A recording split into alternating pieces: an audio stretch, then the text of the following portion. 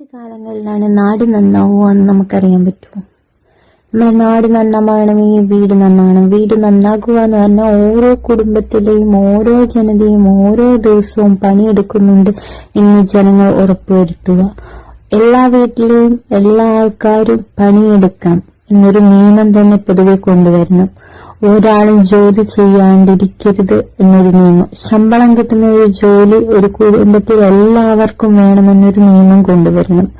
അത് ചെയ്യാത്തവർക്ക് ശിക്ഷ ലഭിക്കുന്ന രീതിയിൽ നിയമം കൊണ്ടുവന്നാൽ തന്നെ നാട് വിജയിക്കുന്നതായിരിക്കും.